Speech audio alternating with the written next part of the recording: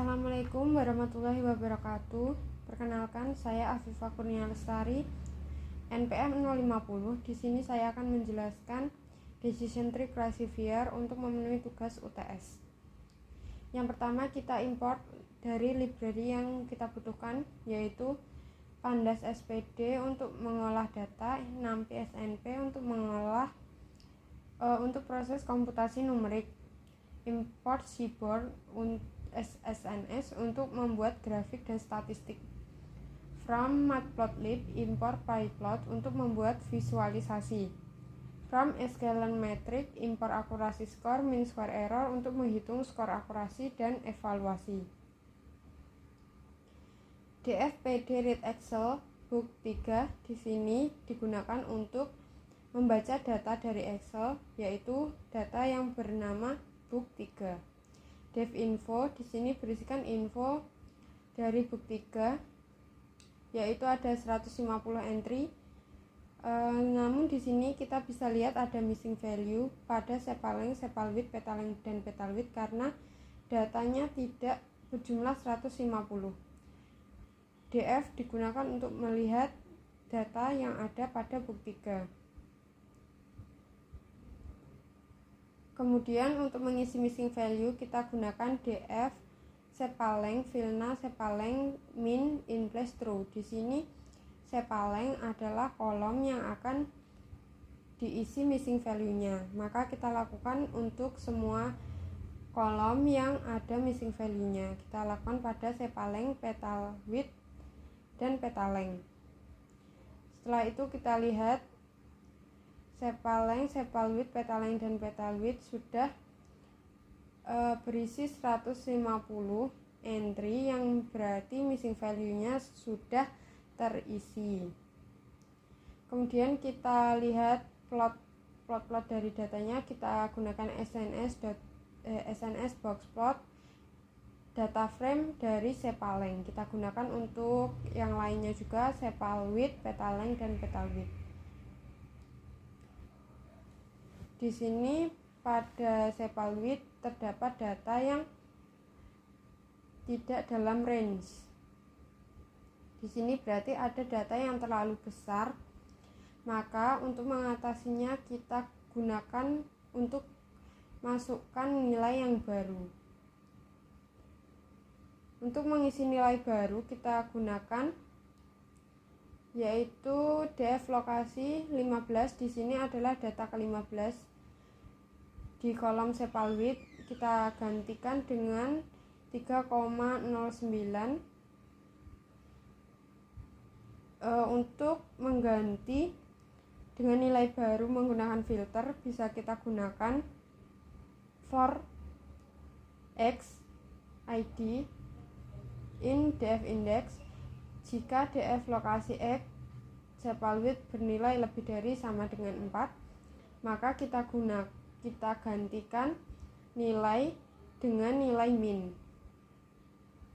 Nilai min ini bisa kita lihat di df describe, yaitu nilai min pada sepal width yaitu 3,02. Kemudian kita lihat setelah kita gantikan nilainya, kita lihat datanya sudah tidak terdapat data yang menyimpang. Kemudian his di sini untuk melihat persebaran distribusi data. Kita membutuhkan library lagi, maka kita masukkan di sini dari Sklearn dataset untuk load iris, Sklearn model selection, import time test split untuk split data, Sklearn tree, import decision tree classifier sebagai metode atau algoritma yang kita gunakan. Kemudian Sklearn metric, import mean square error, ini digunakan untuk evaluasi. Kita load iris sama dengan load iris bisa kita lihat data irisnya dalam bentuk array seperti ini. Kemudian kita rubah data frame ke NumPy, kita beri nama NumPy array. Di sini data frame yang tadi berubah menjadi array. Kemudian dari NumPy array kita ambil data frame untuk sepal length, sepal width, petal length, dan petal width. Kemudian sepal length, sepal width, petal length, dan petal width tadi kita konversi ke array. Kita beri nama NumPy array 2. Kemudian di sini kita tentukan X dan Y. Di sini X kita gunakan NumPy array 2 dan Y iris target.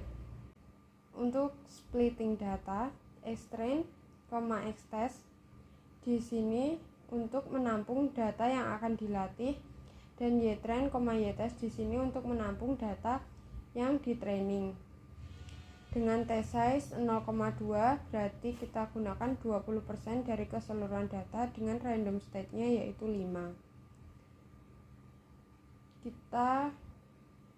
Langkah selanjutnya data ke algoritma yaitu data decision tree classifier, dtfit, xtrain, dan ytrain. Kita hitung mean square error-nya dengan msedt mean square error, ytest, dtpredict xtest dengan hasil 0,04. Untuk menghitung akurasi skor, confusion metric, dan hasil klasifikasi, kita masukkan library-nya terlebih dahulu yaitu from sklearn import accuracy score, confusion metric, and classification report, dan from matplotlib import pyplot splt untuk plotting data. Untuk melihat hasil prediksi kita gunakan ypred sama dengan data predict, xtest, ypred. Di sini untuk mencocokkan prediksi dengan labelasi atau kunci kita gunakan akurasi skor. Akurasi yaitu akurasi skor ytest, ypred, print hasil akurasi. Confusion metric ytest, ypred, print confusion metric. Dan classification report ytest, ypred, print classification report. Dengan hasil akurasi kita lihat di sini 0,93 dengan confusion metric 800920011. Dari confusion metric kita bisa lihat untuk keakuratan model yang kita buat dilihat dari presisi, recall, dan F1 score. Kemudian untuk menghasilkan pohon keputusan kita gunakan library-nya yaitu from sklearn tree import plot tree. plt figure kita gunakan size-nya 5,6, plot tree dt fill true, plt show, yaitu seperti ini hasil dari pohon keputusannya. Kemudian untuk membuat data baru, memprediksi data baru, kita masukkan data baru yang berupa array seperti ini. Datanya yang saya masukkan 5.4, 3.7, 1,7, 0,5, dan seterusnya. HPDB, data predict, data baru, nama target, setosa, versicolor, dan virginica. Nama prediksi sama dengan nama target nama, for nama in HPDB, print nama prediksi. Dari data baru berbentuk array yang saya masukkan tadi dapat diprediksi, yaitu hasil data setosa, versicolor, dan juga virginica. Mungkin sekian yang bisa saya sampaikan. Wassalamualaikum warahmatullahi wabarakatuh.